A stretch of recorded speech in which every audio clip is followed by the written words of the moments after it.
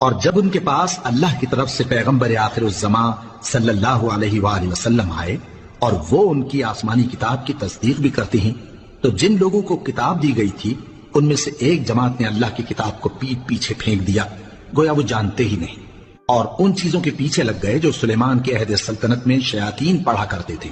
اور سلیمان نے مطلق کفر کی بات نہیں کی، بلکہ شیطان ہی کفر کرتے تھے کہ لوگوں کو جادو سکھاتے تھے۔ اور وہ یعنی بنی اسرائیل ان باتوں کے بھی پیچھے لگ گئے جو شہر بابل میں 2 فرشتوں یعنی ہاروت اور ماروت پر اتری تھی، اور وہ دونوں کسی کو کچھ نہیں سکھاتے تھے جب تک یہ نہ کہہ دیتے کہ ہم تو ذریعہ آزمائش ہیں، تم کفر میں نہ پڑو۔ غرض لوگ ان سے وہ چیز سیکھتے جس سے میاں بیوی میں جدائی ڈال دیں، اور اللہ کے حکم کے سوا وہ اس چیز سے کسی کا کچھ بھی نہیں بگاڑ سکتے تھے، اور کچھ ایسے منتر سیکھتے جو ان کو نقصان ہی پہنچاتے اور فائدہ کچھ نہ دیتے، اور وہ جانتے تھے